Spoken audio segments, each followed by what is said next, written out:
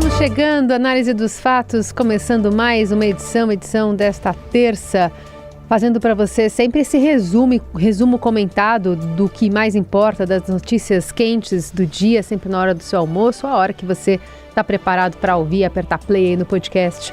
Tudo bem, Felipe? Salve, salve, Carol, equipe da Eldorado FM, melhores ouvintes, sempre um prazer falar com vocês no Análise dos Fatos, esse nosso resumo comentado na hora do almoço, que fica disponível logo em seguida nas plataformas de podcast. Vamos com tudo. Vamos aos destaques deste 30 de maio. Em cúpula com presidentes, Lula defende retomada da Unasul e integração da América Latina com moeda comum. Protesto de lideranças indígenas bloqueia a rodovia dos Bandeirantes em São Paulo. PM usa bomba de gás e jato de água para liberar a estrada. E ainda, bancos limitam crédito para frigorífico que desmata ilegalmente. O que acontece no Brasil e no mundo. Análise dos fatos. Presidente Lula defende uma América do Sul forte e politicamente organizada e a retomada da Unasul, lá de Brasília, em evento com lideranças da região. Quem acompanha é o colunista de Eldorado, Felipe Frazão. Boa tarde, Felipe. O presidente Luiz Inácio Lula da Silva abriu o retiro de presidentes sul-americanos. São dos 12 países, 11 presidentes presentes e um representante, a única ausência da presidência do Peru. O presidente Lula propôs 10 mecanismos de cooperação regional. Colocar a poupança regional a serviço do desenvolvimento econômico e social, mobilizando os bancos de desenvolvimento como a CAF, o Fomplata, o Banco do Sul e o BNDES. Aprofundar nossa identidade sul-americana também na área monetária, mediante mecanismos de compensação mais eficientes e a criação de uma unidade de referência comum para o comércio, reduzindo a dependência de moedas extra-regionais. Implementar iniciativas de convergência regulatória, facilitando trâmites e desburocratizando procedimentos de exportação e importação de bens. Ampliar os mecanismos de cooperação de última geração que envolva serviços, investimentos, comércio eletrônico e política de concorrência. Desenvolver ações coordenadas para o enfrentamento da mudança do clima. Lançar a discussão sobre a constituição de um mercado sul-americano de energia, que assegura o suprimento, a eficiência do uso dos nossos recursos, a estabilidade jurídica, preços justos e a sustentabilidade social e ambiental. Bom, e o presidente também fez uma declaração dura de que o negacionismo e divergências políticas levaram à divisão e à desintegração na América do Sul. Ele propôs a retomada do mecanismo de diálogo regional que era vigente até 2014, quando os países começaram a abandoná-lo justamente por divergências ideológicas. Lula fala da Unasul e sugeriu que ela seja reconstruída. Lula e os demais presidentes, entre eles o presidente da Venezuela, Nicolás Maduro, que não era reconhecido como legítimo por alguns dos presidentes sul-americanos que estão presentes na reunião, vão conversar sobre essa e outras propostas, como a troca de dívidas por meio de mecanismos de compensação ambiental e iniciativas para a proteção do meio ambiente, que é uma sugestão da Colômbia, logo depois de um almoço. Bom, o único negacionismo é o do Lula em relação ao autoritarismo de Nicolás Maduro na Venezuela. Eu já tinha comentado a respeito disso ontem, porque o Lula já tinha começado a afagar o Maduro nessa visita surpresa, porque ele sabe do potencial desgaste, deixou para anunciar em cima da hora. E logo depois do programa Análise dos Fatos, ele acabou agravando toda a situação com declarações completamente... como é que eu vou descrevê-las, né? De uma irresponsabilidade, na verdade, irresponsabilidade é muito generoso para o Lula, mas de uma desonestidade intelectual tremenda e de uma perversidade, porque ele está ali exaltando e afagando um ditador que oprime o seu próprio povo. Então vamos lembrar aqui algumas dessas declarações. Ele falou que é inexplicável um país ter 900 sanções porque um outro país não gosta dele. O Lula, ele tenta transformar tudo nessa linguagem aí pré-adolescente, como se tudo fosse uma questão de namoro, de você gostar ou não gostar do amiguinho, do miguxo, da coleguinha. Falou que da narrativa Colocou a Venezuela de Nicolás Maduro como vítima de uma narrativa. Uma coisa que a gente aprende na política é a narrativa que se constrói contra as pessoas. O Maduro sabe qual foi a narrativa que construíram contra a Venezuela durante muitos anos. Acho que é preciso que você, Maduro, fale da narrativa que se construiu contra a Venezuela. Cabe à Venezuela mostrar sua narrativa para fazer as pessoas mudarem de opinião. Tem pessoas que nunca foram na Venezuela e falam que a Venezuela tem problema de democracia. E aí ele se vira para o Maduro e diz que a narrativa dele certamente vai ser infinitamente melhor do que aquelas que contam sobre o autoritarismo da Venezuela. É uma barbaridade. 7 milhões, na verdade, para ser mais preciso, 6,8 milhões de pessoas foram deslocadas da Venezuela.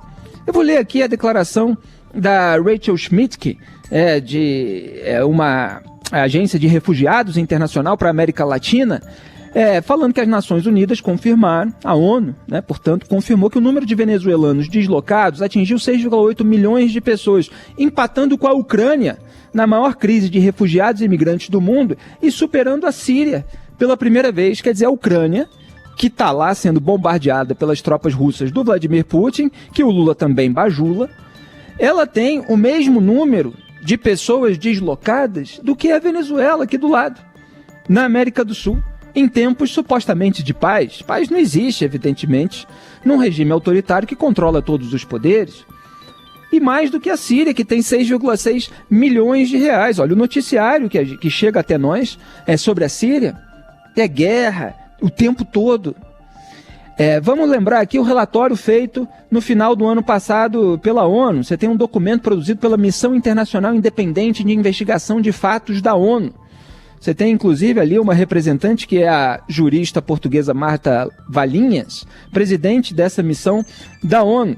E o que ela diz? Que nossas investigações e análises mostram que o Estado venezuelano conta com os serviços de inteligência e seus agentes para reprimir a dissidência no país. Ao fazê-lo, crimes graves e violações dos direitos humanos estão sendo cometidos, incluindo atos de tortura e violência sexual. Estas práticas devem cessar imediatamente, os indivíduos responsáveis devem ser investigados e processados de acordo com a lei. Quer dizer, a ONU alerta que as agências de inteligência militares e civis do Estado venezuelano funcionam para implementar um plano orquestrado pelo Maduro, quer dizer, nos mais altos níveis do governo, portanto ele tem responsabilidade, para reprimir a dissidência através de crimes contra a humanidade. E o Lula está dizendo que essas questões são narrativas. Ele falou assim, que os nossos adversários vão ter que pedir desculpa pelo estrago que fizeram na Venezuela. Nossos adversários, está chamando claramente os americanos e europeus de adversários. Quer dizer, o Lula está fazendo todo o esforço para transformar o Brasil num páreo internacional. Ele já se transformou, ficou isolado lá no encontro do G7, onde todos os líderes dos países ricos e democráticos estavam ao lado do Zelensky, inclusive tiraram uma grande foto com ele, enquanto o Lula, quando o Zelensky chegou, ficou fingindo que estava lendo, nem o óculos estava pendurado no nariz dele. Aí houve aquela alegação de houve um desencontro de horário, não queria encontrar.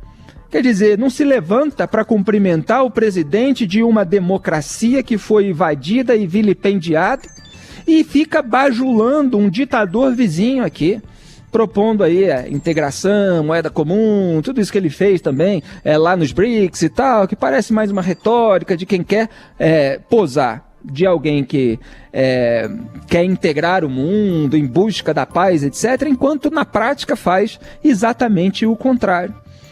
É absolutamente perverso que um presidente, uma democracia como a brasileira, uma democracia obviamente de fachada, com diversos problemas, nosso simulacro aqui de democracia, separação de poderes está indo para o espaço, a gente está vendo aí churrasco de presidente com ministros da Suprema Corte, agrados de ambas as partes, mas o nosso presidente está aí puxando o saco de um ditador acusado, inclusive de narcotráfico. Quer dizer, os brasileiros precisam ter um pouquinho de dimensão. Essa é a figura que posa internamente como defensor da democracia. Olha os aliados dele. É o ditador chinês, é o autocrata russo, é o narcoditador venezuelano. Quer dizer, é uma vergonha cada vez que o Lula faz algum tipo de, abre aspas, diplomacia internacional, fecha aspas. Na Eldorado, análise dos fatos. Bancos vão negar crédito para frigoríficos que compram gado de áreas desmatadas. A apuração exclusiva é das colunistas de Eldorado e repórteres do Estadão Adriana Fernandes e Beatriz Bula. Os bancos brasileiros só poderão conceder crédito para frigoríficos e matadouros que comprovarem que não compram gado de abate proveniente de áreas de desmatamento ilegal da Amazônia e do Maranhão. A decisão vale para fornecedores diretos e indiretos e faz parte de um protocolo comum de autorregulação para a cadeia de carne bovina aprovado pela FEBRABAN, que é a Federação Brasileira de Bancos.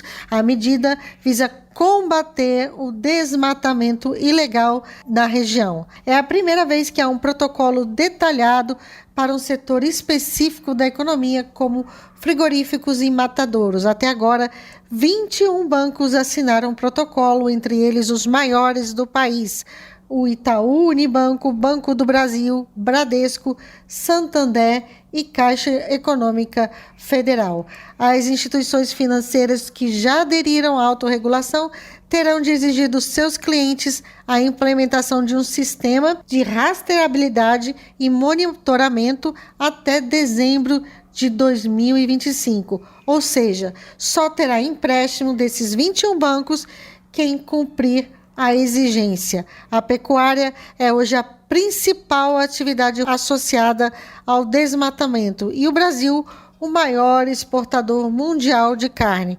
Esse quadro levou o setor a ser um dos maiores alvos da pressão internacional para forçar que a cadeia de produção da carne não seja sustentada economicamente por fazendeiros que atuam fora da lei. Isso aí é resultado da pressão que vem de fora. Justamente porque existe um debate no mundo sobre as questões ambientais. O desmatamento na Amazônia repercute muito mal no exterior, então existe toda uma patrulha ambientalista nesse sentido, com evidentemente méritos, para que os países e as empresas dos países não negociam com empresas que, de certa forma, estejam ajudando isso a acontecer, como desmatamento ilegal no Brasil. Então, já houve certas interrupções aí em negociações internacionais, embargo, etc. E agora você tem uma consequência para aqueles que estão sendo complacentes com o desmatamento ilegal da Amazônia e do Maranhão. Então, os bancos brasileiros só vão poder conceder esse crédito para frigoríficos e matadouros que comprovarem que não compram gado de abate. Se essa medida vai resolver o problema, a gente ainda vai precisar monitorar. Mas as pressões financeiras, a gente estava falando disso aqui outro dia no caso do Vini Júnior, que os patrocinadores da Liga Espanhola estavam pressionando para que houvesse reação aos casos de racismo. Quer dizer, as pressões financeiras, elas em geral causam algum tipo de movimentação. Vamos monitorar para ver a eficácia dela. Análise dos fatos. Um caminhão da tropa de choque e 8 viaturas da Polícia Militar de São Paulo foram acionados para liberar o tráfego na rodovia dos Bandeirantes nesta terça, após um grupo de indígenas da etnia Guarani bloquear a via na altura do quilômetro 20, sentido capital. Barricadas com pneus e chamas foram montadas antes das 6 da manhã e interromperam totalmente o tráfego por horas. A tropa de choque agiu com bombas de efeito moral e jatos d'água. Houve um princípio de confronto por parte dos indígenas, mas a rodovia acabou liberada em cerca de 15 minutos. O movimento ocorreu em protesto contra o PL 490, o PL do Marco Legal, que define a adoção do chamado Marco Temporal, para a demarcação de terras indígenas no país. O texto, que pode ser votado hoje na Câmara dos Deputados, define que apenas as populações que comprovem a ocupação de territórios até outubro de 1988, quando foi promulgada a Constituição, podem reivindicar a demarcação de terras. Existe uma dificuldade aqui nacional de se protestar de maneira legítima e de maneira pacífica, talvez porque os brasileiros eles não tenham a dimensão da força que eles próprios têm, da força da reação popular quando ela é exercida de maneira pacífica e legítima. Quer dizer, já se parte deliberadamente para o fechamento de vias, para métodos eventualmente criminosos, ilegais, etc. Como a gente viu, né, inclusive o ápice disso tudo nos atos criminosos de 8 de janeiro. Estava aqui fazendo a distinção outro dia. Você protestar contra decisões de ministros de tribunais superiores é absolutamente legítimo. Vai haver agora o ato no dia 4 de junho contra a cassação do Deltan Dallagnol. Em princípio, a reclamação, a reação popular contra uma decisão completamente absurda, uma decisão que contornou a lei estabelecida, ela é absolutamente legítima. Agora, você pregar golpe de Estado, você fechar a rua, você atrapalhar os concidadãos, os compatriotas, aqueles que querem usar aquela estrada para chegar em determinado local, aí não dá, seja qual for a sua causa. Então, aqui, por causa de discussão sobre demarcação de terras indígenas, se bloqueia a estrada. Faz bem a tropa de choque, polícia militar, faz bem aquele que acionou, né, a polícia militar, a tropa de choque, as pessoas que chamaram, e é óbvio que precisa haver um monitoramento, e as tropas que foram lá para debelar isso da maneira legal também. Também não podem extrapolar nas suas funções, no uso da força. Então, as pessoas precisam ter a dimensão de que elas têm uma força se agirem de maneira organizada, pacífica e legítima, sem perder a razão. Você ouve Análise dos Fatos, com Felipe Moura Brasil e Carolina Ercolim. Seguimos com a Análise dos Fatos aqui pela Eldorado, agora falando sobre o prefeito de São Paulo, Ricardo Nunes, que bateu recorde em liberação de emendas, mas parte do orçamento fica secreto. A apuração é da colunista da Eldorado, Adriana Ferraz. Oi, Adriana, boa tarde. Olá, boa tarde, Carol, boa tarde, Felipe. Olha, o prefeito de São Paulo, Ricardo Nunes, do MDB, bateu recorde em liberação de emendas parlamentares no ano de 2022. Foram mais de 263 milhões de reais, já atualizados aqui pela reportagem do Estadão, liberados então para que vereadores da capital indicassem como esses recursos seriam usados. A gente também levantou que a parte de eventos da cidade, shows, festas de bairro, até mesmo eventos esportivos ou então a colocação de grama sintética em campinhos de futebol da periferia, esses foram os eventos que tiveram o maior empenho por parte dos vereadores. A gente também levantou aqui que apesar de as emendas parlamentares serem instrumentos legítimos previstos no orçamento da cidade, assim como no orçamento da União e do governo do Estado, parte dessas emendas aqui em São Paulo não tem um detalhamento muito claro. A gente não consegue saber exatamente como o dinheiro foi gasto. Há vereadores, por exemplo, que apenas colocam eventos e ali um valor destinado a eventos no geral, 100 mil reais, às vezes 500 mil reais. E para que se possa, então, saber os detalhes desses eventos, a gente tem que entrar com um pedido na prefeitura, muitas vezes pela lei de acesso à informação, e esperar ao menos 30 dias para ter essa resposta. Então, o prefeito Ricardo Nunes sabe muito bem o quanto é importante liberar esses recursos. Ele foi vereador por 2 mandatos e o ano que vem, vale lembrar também que ele disputa a reeleição. É a versão municipal do orçamento secreto federal. Esse é o país que eu chamo de República do Escambo. Escambo é essa troca, é o toma lá da cá. Você entrega ali emendas, você distribui cargos, você agrada aliados até de outros poderes e você consegue deles alguma coisa em troca, ou pelo menos aquela boa vontade, né? Como se tudo fosse muito indireto. Olha, o Lima Barreto, grande escritor, que eu já citei várias vezes aqui nesse programa, há mais de 100 anos já descreveu tudo isso, né? Ele falava especificamente da verba secreta. Vou até pegar aqui num artigo meu, ver se eu acho rapidinho o trecho, quando ele fala da República, ele que era um saudosista do Império, porque dizia que no Império ainda havia alguma grandeza e beleza, que os homens tinham elevação moral, mas ele chamava a República de regime da corrupção. Dizia que todas as opiniões devem, por esta ou aquela paga, ser estabelecida pelos poderosos do dia. Ninguém admite que se divirja deles e, para que não haja divergências, há a verba secreta. Os reservados deixam daquele ministério e os empreguinhos que os medíocres não sabem conquistar por si e com independência. Veja que isso está presente na nossa literatura. Frases de Lima Barreto. E está aí na esfera municipal, na esfera federal. Quer dizer, você tem uma verba secreta e para você descobrir com um monitoramento jornalístico de onde vem, para onde está indo, etc., ainda tem um prazo de 30 dias para que eles consigam maquiar alguma coisa e fingir que tudo está sendo feito dentro da moralidade pública. É bom que o prefeito fique ligado porque ele está sob escrutínio para a eleição do ano que vem. Na Eldorado, análise dos fatos. Uma empresa que atrasou obras do monotrilho agora assina contrato para atuar em outra linha do metrô. O Emílio Santana conta mais. Depois de 9 anos de atraso e 2,4 bilhões de reais investidos, as obras da linha 17 Ouro do monotrilho chegam ao meio de 2023 mais uma vez paradas. Na última semana, o contrato com as empresas responsáveis pela construção foi rompido. Com 80% do projeto realizado, colocá-lo em funcionamento deve custar ainda cerca de 2,7 bilhões de reais. A projeção de custos foi feita pelo governo do estado no mês de março. Restam ao poder público paulista agora 3 opções: fazer uma nova licitação, convocar a terceira colocada na última licitação ou repassar o contrato para a concessionária que ganhou a concorrência para a operação do serviço. A linha 17 Ouro deveria estar pronta desde 2014. Ela deve ligar o aeroporto de Congonhas à estação Morumbi da linha 9 Esmeralda da CPTM. Era para ser um legado da Copa do Mundo no Brasil, mas só deve funcionar de verdade no primeiro semestre de 2026.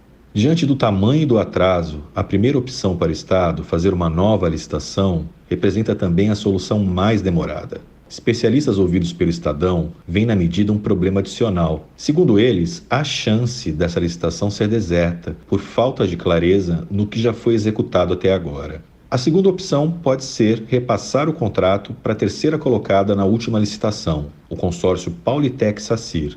Há aí um outro problema, saber se esse consórcio vai querer assumir a obra. A terceira opção do Estado, repassar para a Via Mobilidade, que ganhou a licitação para a operação do sistema, pode ser também problemática, dizem os especialistas. Ao firmar o contrato de administração da linha 5 Lilás do metrô, a concessionária também levou a concessão da linha 17 Ouro. Para o professor de Direito Administrativo da PUC, Augusto Dalpozo, repassar o contrato para essa concessionária pode configurar violação ao princípio da licitação. Além da linha 5 do metrô, a Via Mobilidade é a concessionária responsável pela administração da linha 4 amarela e das linhas 8 e 9 da CPTM. Nessas duas, uma série de problemas recorrentes na manutenção e acidentes com os trens fez com que o Ministério Público chegasse a pedir a extinção do contrato. O governador do estado de São Paulo, Tarcísio Freitas, no entanto, defendeu a manutenção. Procurada pelo Estadão, a concessionária diz já ter sido consultada pelo governo do estado e diz estar estudando o projeto de retomada das obras da linha 17 Ouro do monotrilho. Esse país também é o da demeritocracia. Quer dizer, a empresa que abandonou obras vai assinar contrato para atuar em outra linha do metrô. Quer dizer, se você tiver em casa um funcionário que não está fazendo nada direito e tal, você vai dar um outro emprego para ele numa... Assim, as pessoas precisam demonstrar que entregam aquilo a que se propõem a fazer. E enquanto elas não entregarem, elas não podem ter outros benefícios. E é isso que está acontecendo também na esfera federal. A gente vê todos esses empresários aí envolvidos em escândalos de suborno reaparecer no noticiário, fingir que nada aconteceu para tudo ser reescrito e eles novamente voltarem a receber contratos públicos. Quer dizer, não dá. É preciso haver cláusulas para que as pessoas que não entregaram os resultados, elas não tenham acesso a novos contratos. Análise dos fatos. E afastado pelo Flamengo, Marinho negocia com São Paulo. Fala mais, Morelli. Olá, amigos. Hoje eu quero falar de Marinho, jogador do Flamengo, ainda mais com um pezinho no São Paulo do Morumbi. Ele não está bem no Flamengo, ele não faz parte dos planos do Sampaoli, ele teve dificuldades disciplinares dentro do clube do Rio de Janeiro e agora ele mira sua volta para São Paulo. Marinho, que foi muito bem no Santos antes de ir para o Flamengo, achou que o Flamengo seria ali um clube para ele desenvolver o seu bom futebol que ele fazia na Vila Belmiro, mas isso não aconteceu nem agora, nem quando ele chegou. Ele trabalhou com Dorival Júnior, mas precisa ali de uma renegociação salarial. Os salários do Flamengo são altíssimos, a folha de pagamento do Clube do Rio gira em torno de 26 milhões por mês, o São Paulo não vai pagar isso. As negociações entre as partes estaria mais bem resolvida para o São Paulo. É um jogador que ainda pode dar fruto, é uma opção de jogada pelas laterais, com velocidade ainda, então pode ser uma boa para o Dorival, que vai muito bem no São Paulo, não perdeu ainda em 11 partidas e agora tenta, na base ali da conversa e do pouco dinheiro, reforçar o seu elenco em algumas posições bem pontuais. Ele não é de pedir reforços, nunca foi o seu perfil, mas essas conversas, claro, existem nos bastidores do Clube do Morumbi. É isso, gente. Falei, um abraço a todos. Valeu! E ainda um feito no tênis, jogando nesta terça no saibro mítico de Philippe Chatrier, o brasileiro Thiago Wilde venceu Medvedev, o número 2 do mundo, por 3-2 e avançou à segunda rodada do Aberto de Paris, despachando o postulante ao topo do ranking da ATP em 4 horas e 15 de partida. Com tênis agressivo desde o início e sem ceder quebras, o paranaense venceu o primeiro set do tie-break, chegou a ter a chance de repetir o cenário no segundo set, mas viu Medvedev renascer das cinzas para salvar 2 set points e deixar tudo igual. Com a vitória na estreia, Thiago Wilde terá pela frente o vencedor da partida entre o francês Quentin Halys e o argentino Guido Pella.